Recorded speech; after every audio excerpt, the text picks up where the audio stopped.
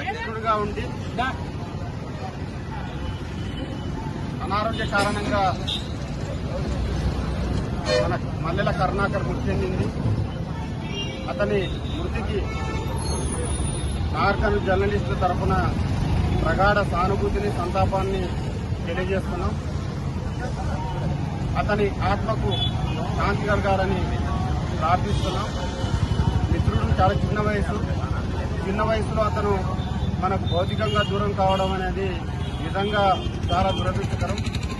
అతని కుటుంబానికి మనమంతా చేదోడు వాదోడు